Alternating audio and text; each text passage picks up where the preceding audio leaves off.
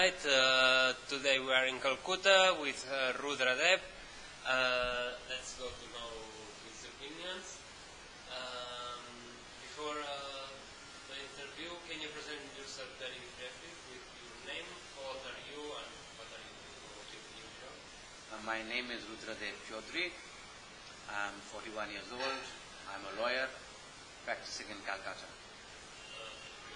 So the first question I told you, which do you think is the biggest problem of Kolkata? I think, speaking from India, I think the two problems are the environmental issues, and also in India and the developing world, corruption is very important. Okay. We'll go later to India. Okay. So let's say environmental problems big issue. Well, why do you think this could be one of the biggest problems? I think the developed countries are not doing enough to control pollution. India, for example, has a huge population, but its per capita emission levels are very low compared to the Western countries. And I believe this is adding to the greenhouse effect. It is adding to the world temperature rise. And I believe the Western countries are not doing enough to cut down on pollution levels because it would add to their costs. And I think in the long run, unless environmental issues are addressed, there will be a lot of complications. How do you think these issues can be addressed? How do you think this problem can be solved? Well, this problem can be solved by countries taking a proactive step by agreeing to lay down levels to which they will bring down pollution by a certain cut-off date. Yes, countries will have to make sacrifices for that, because if you are going to reduce pollution, your costs will be going up initially, but in the long run, I believe the whole world will be gaining. And you personally, do you think you can do anything or any small thing to help in the solution of this problem? Yes. Say, for example, if people agree to share cars when they are going to work, I, for myself, use one car to go to work. There's only one person traveling. I know that is not very environment friendly, but I really I'm not doing as much as I should. But yes, if people make an effort, everybody can contribute.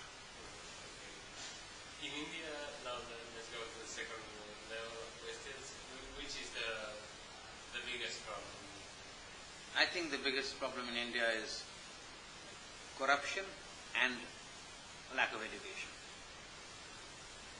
Why is the problem? See, corruption is a problem because corruption is there everywhere in Indian society. If you go to the police are not going to listen to you unless they feel you've got a lot of money, or if you are in a position to pay them off. There are certain states in India where even if you go to pay your electricity bill, you will have to pay a bribe for the person to accept payment. If you do not pay him, he will say, I will not accept your money, and after 2 days the line will get cut and you will be in the dark.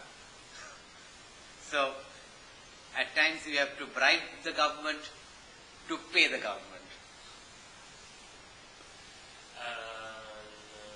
And corruption is everywhere. I mean, corruption is even when you're fighting elections, there's corruption in counting votes. Even if you go to court, there's corruption because you have to pay extra money to get your copy of the order passed. If you are stopped at a traffic light because you're not wearing a seat belt, the policeman asks you for 10 rupees so that he does not give you a case of 100 rupees. There's corruption all over in the system. And unless you can get rid of corruption, this country cannot really make progress. They say that the Indian Railways is making profit. But if corruption was removed from the Indian Railways, the expression is that it would be possible to make the railway lines in gold. Because I've been doing a lot of legal work. When you supply to the railways here, if say for example for supplying the railways rails, the railway sells you the old rail, gives you the money to convert it into a new rail. The railways sells you 100 tons, but shows on paper that it has given you 90 tons, and that 10 tons is split between the employee and the person who's making the conversion. When you're supplying the rail back, you are supplying 90 tons, but he's giving you a receipt for having received 100 tons. So again, there's a profit there, and all this is corruption.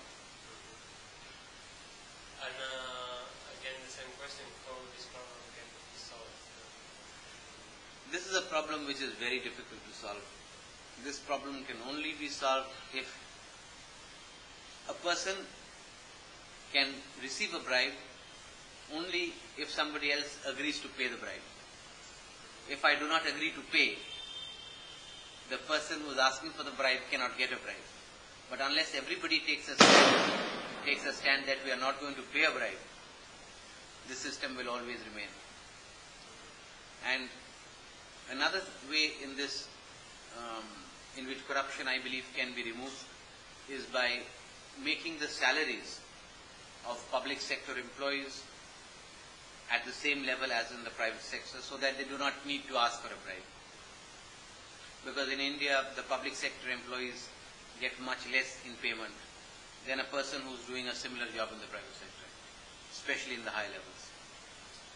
And you personally, what can you do to help on the solution of this problem? I really don't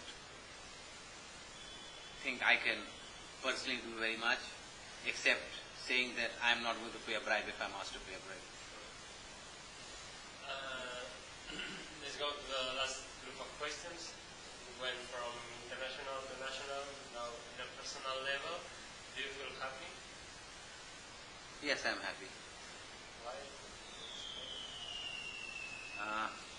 I'm quite successful in what I do. I make enough money to live comfortably. I have a large house. I've got my own car.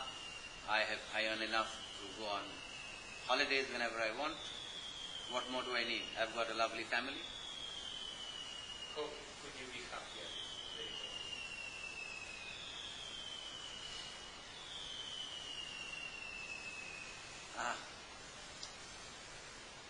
I really don't know.